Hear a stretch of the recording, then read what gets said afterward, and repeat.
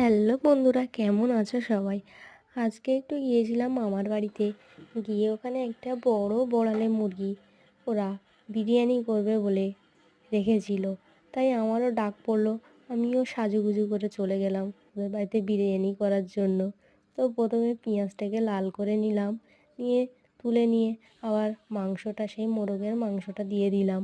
দিয়ে ওটা কষিয়ে তুলে নিয়ে আবার আলুটা সিদ্ধ করে ওটা রেখে দিলাম।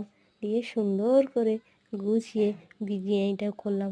সবাই বলেছে খুব সুন্দর হয়েছে খেতে, আবার আমার ডাক পড়বে। আমিও ভীষণ আনন্দিত যে আমি বিরিয়ানিটা জীবনে ফার্স্ট করে সবার খাওয়ালাম। ভীষণ ভীষণ ভালো লেগেছে আমার।